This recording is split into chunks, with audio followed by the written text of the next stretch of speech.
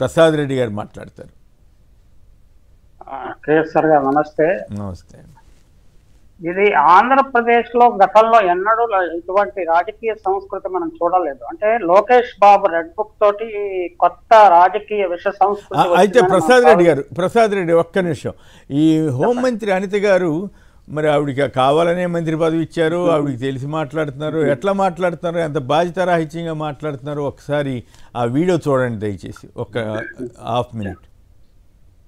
రాబోయే కాలంలోనే ఆడపిల్లల మీద ఎప్పటికీ అఘాయిత్యాలు జరగకుండా చూసుకునే బాధ్యత కూడా తీసుకుంటాం సార్. దేనికైనా టైం రావాలండి. ఇప్పుడు నేనేమైనా చెయ్యాలనుకుంటే నేను లాఠీ పట్టుకుని తిరగాల, నేనేమైనా చెప్పండి, ఇలా గన్ పట్టుకుని తిరగాల. రాబోయే కాలంలోనే ఆడపిల్లల మీద ఎప్పటికీ అఘాయిత్యాలు జరగకుండా చూసుకునే బాధ్యత కూడా తీసుకుంటాం సార్. దేనికైనా టైం రావాలండి. ఇప్పుడు నేనేమైనా చెయ్యాలనుకుంటే నేను లాఠీ పట్టుకుని తిరగాల, నేనేమైనా చెప్పండి, ఇలా గన్ పట్టుకుని తిరగాల. సో అది హోంమంత్రి గారి వాచ. ఓకే. అంటే దీనికి నేను అనిత గారిని తప్పు పట్టట్లేదు, చంద్రబాబు గారినే తప్పు పడుతున్నాను. ఎవరికి ఏ పదవి ఇవ్వాలి, ఎంత అంటే హోంమంత్రి పదవిలో ఉండేవారు ఎంత హుందాగా వ్యవహరించాలి అనేది తెలిసి ఉండాలి. తెలిసిన వ్యక్తులకు ఇస్తే బాగుంటుందండి. అధికార ప్రతినిధిగా ఉన్నప్పుడు అనేక వివాదాస్పద వ్యాఖ్యలు చేయడానికి అలవాటు పడిన మహిళకు హోంమంత్రి పదవి ఇచ్చారు. ఆమె ఇప్పుడు నేను మంత్రిని, అధికార ప్రతినిధిని కాదు, నేను ప్రజలందరికీ బాధ్యత వహిస్తాను అనే విషయాన్ని తెలియకుండా మాట్లాడుతున్నారు. అంటే అదేదో టీ తాగేటప్పుడు మనం సరదాగా మాట్లాడుకునే మాటలు పబ్లిక్ లో మాట్లాడేటప్పుడు కొంచెం జాగ్రత్తగా ఉండాలి. నేను ఒక కీలకమైన హోదాలో ఉన్నాను.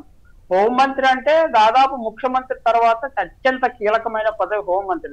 రాష్ట్రంలో ప్రజలు శాంతి భద్రతలు భంగం కలిగినప్పుడు, ఇతర సమస్యలు వచ్చినప్పుడు హోంమంత్రి గారు ఉన్నారు, మనం మంచి చెడ్డలు చూస్తారు అని ఒక నిర్ణయం, ఒక అభిప్రాయానికి ఉంటారు. కానీ ఇప్పుడు అనిత గారిని చూస్తే అటువంటి విశ్వాసం ప్రజలకు కలుగుతుందని నేను అనుకోను.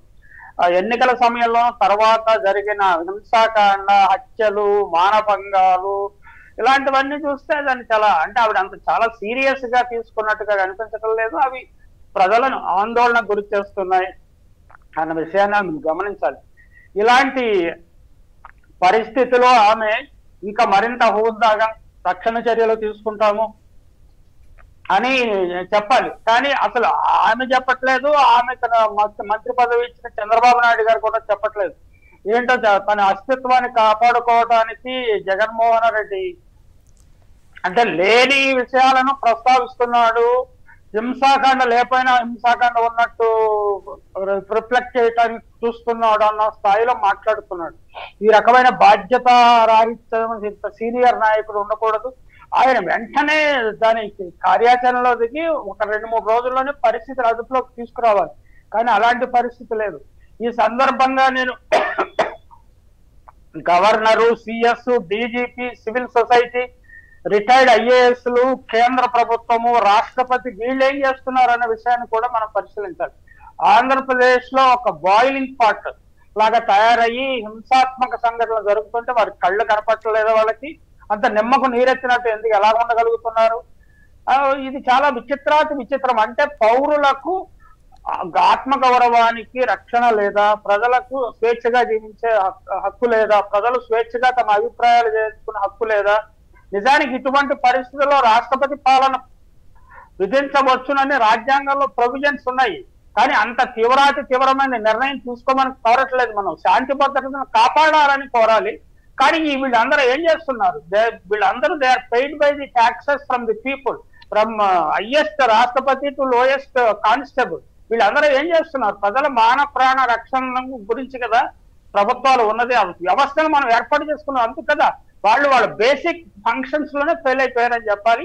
ఈ కొత్త ప్రభుత్వము మోస్ట్ డిసప్పాయింటింగ్ గా తన పరిపాలన స్టార్ట్ చేసింది. భవిష్యత్తులో ఎలా చేస్తారో అంటే భవిష్యత్తులో బాగా చేస్తారన్న విశ్వాసం కలగట్లేదు. వీళ్ళు ఈ 50 రోజుల్లో ప్రవర్తించిన తీరు చాలా ఇంకా రోజు రోజుకి దిగజారిపోతుంది.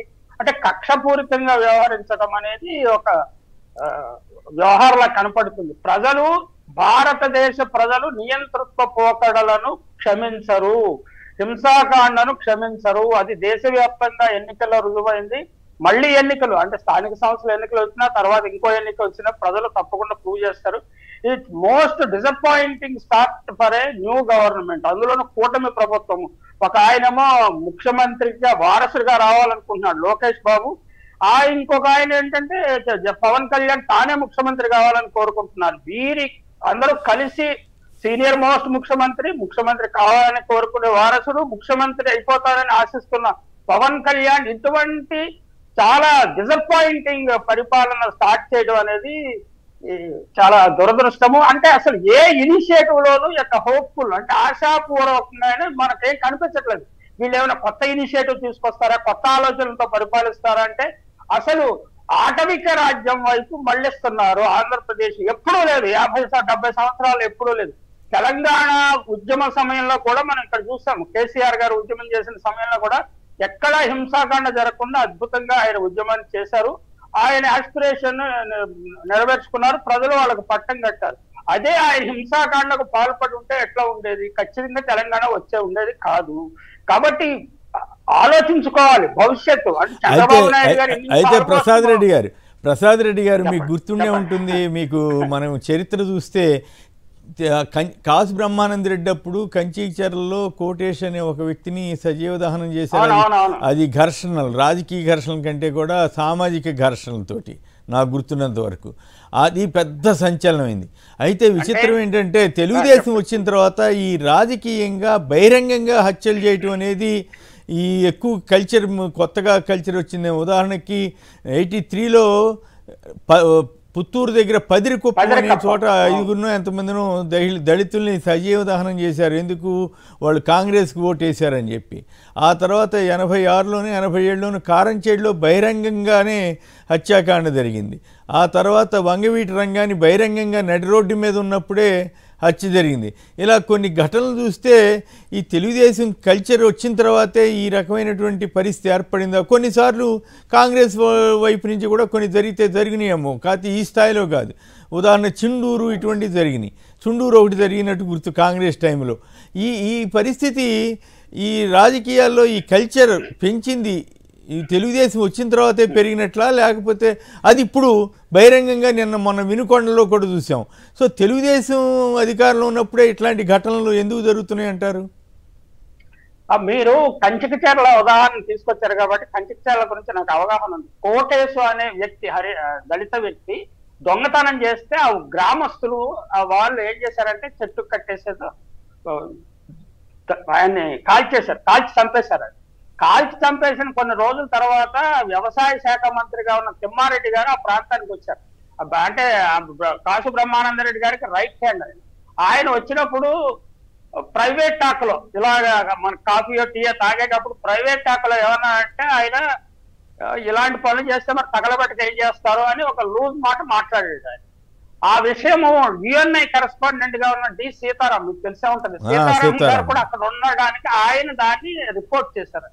అది నేషనల్ మీడియాలో రిపోర్ట్ చేస్తే బ్రహ్మానంద రెడ్డి గారు ఎంత ఎలిగెంట్ గా హోందాతనంతో వ్యవహరించాడంటే ఇటువంటి వ్యాఖ్యలు చేసిన మంత్రి నా మంత్రివర్గంలో ఉండటానికి వీల్లేదని ఆయన మంత్రి పదవి నుంచి తొలగించారు. Just for making a comment. ఆయన ఈజ్ నాట్ ఆ సంఘటన జరగడానికి ఆయన కారణం కాదు, ఆయన అనుచరుల కారణం కాదు, కామెంట్ చేసినందుకు తొలగించారు. ఇప్పుడు చంద్రబాబు నాయుడు నేను లాంగెస్ట్ చీఫ్ మినిస్టర్, చాలా కాలం ఉన్నాను, నా రికార్డ్ ఎవడు పగలగొట్టలేడు, నా ప్రతిపక్షంలోనే ఉన్నా అధికార పక్షంలోనే ఉన్నా అంటూ చెప్పేవాడు. తన కుమారుణ్ణి ముఖ్యమంత్రి చేయాలని కోరుకునేవాడు ఈ విధంగా దయనీయంగా చాలా జుగుప్సాకరంగా వ్యవహరిస్తున్నాడని నేను చెప్పడానికి ఏమాత్రం సందేహించలేదు. It's very unfortunate, unprecedented in the history of Andhra Pradesh. ఇది భవిష్యత్తులో రాజకీయ పార్టీలకు ప్రభుత్వాలకి ఒక మార్గదర్శకంగా అవుతుందా అనే భయం కూడా నాలో ప్రవేశించింది. ఇప్పుడు ఆంధ్రప్రదేశ్ లో ఎప్పుడు ఇటువంటి వ్యవహారం లేదండి. అది that is what I feel sir.